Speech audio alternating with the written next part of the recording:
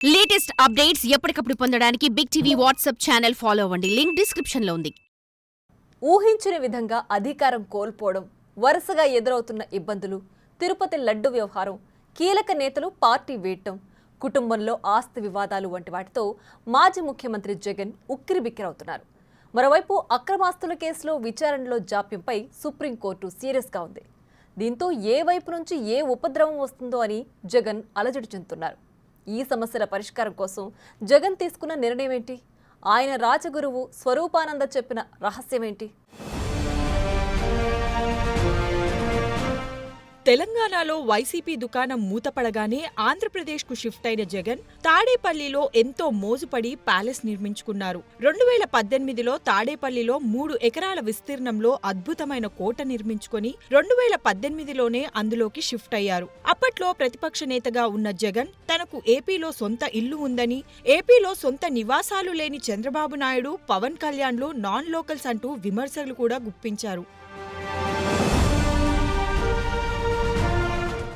ఆ local sentiment పనిచేసిందో ఏమో కానీ 2019లో జగన్ ముఖ్యమంత్రి అయ్యారు. అయిన దగ్గర నుంచి తాడేపల్లి ప్యాలెస్ నే క్యాంప్ ఆఫీస్ గా మార్చుకొని అక్కడే సీఎంఓ నిర్వహించి రాజకీయ ప్రభుత్వ కార్యకలాపాలు కొనసాగించారు. 2024 ఎన్నికల్లో ఓటమి తర్వాత జగన్ రాజకీయంగా, కుటుంబపరంగా చాలా ఇబ్బందులు ఎదుర్కొంటున్నారు.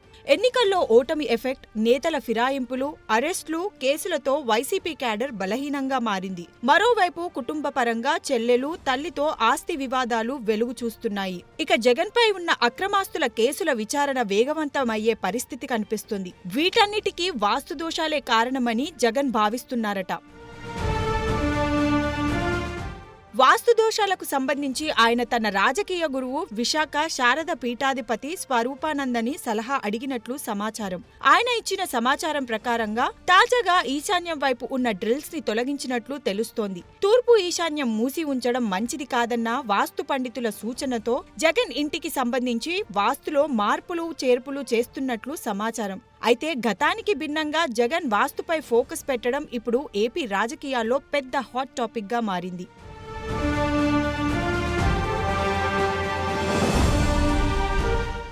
ఇన్నాళ్లు వాస్తు దోషాన్ని పట్టించుకోని జగన్ ఇప్పుడు సీరియస్ గా తీసుకున్నారని సమాచారం. వాస్తుపరంగా ఇంటికి ఉన్న దోషాల్ని తొలగించే పనిలో పడ్డారిప్పుడు. ఇటీవలే ఇంటికి దక్షిణ దిశలో ఉన్న కంచెను తొలగించారు. ఇప్పుడు తాజాగా ఇంటికి తూర్పు ఈశాన్యం వైపున్న కంచెను తొలగించారు. తూర్పు ఈశాన్యం మూసివేయడం మంచిది కాదని వాస్తు పండితులు చెప్పడంతో ఈ మార్పులు చేస్తున్నారట.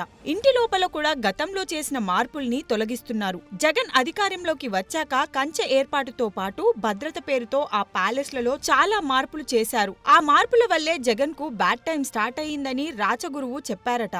జగన్ పాదయాత్ర నాటి నుంచి స్వరూపానంద సూచనలకు అనుగుణంగా నడుచుకుంటూ సెంటిమెంట్లు ఫాలో అవుతున్నారు. జనవరిలో మరో పొలిటికల్ ఇన్నింగ్స్ ప్రారంభిస్తున్నట్లు జగన్ మరోసారి ప్రజల్లోకి రావడానికి సిద్ధమవుతున్నారు. సంక్రాంతి తర్వాత జనవరి 3వ వారం నుంచి జిల్లాల పర్యటనలు చేపట్టనున్నట్లు తెలుస్తోంది. అందుకే వాస్తు మార్పులు చేయిస్తున్నారట. మరి ఈ వాస్తు మార్పులు జగన్ కు ఎంతవరకు కలిసి వస్తాయో చూడాలి.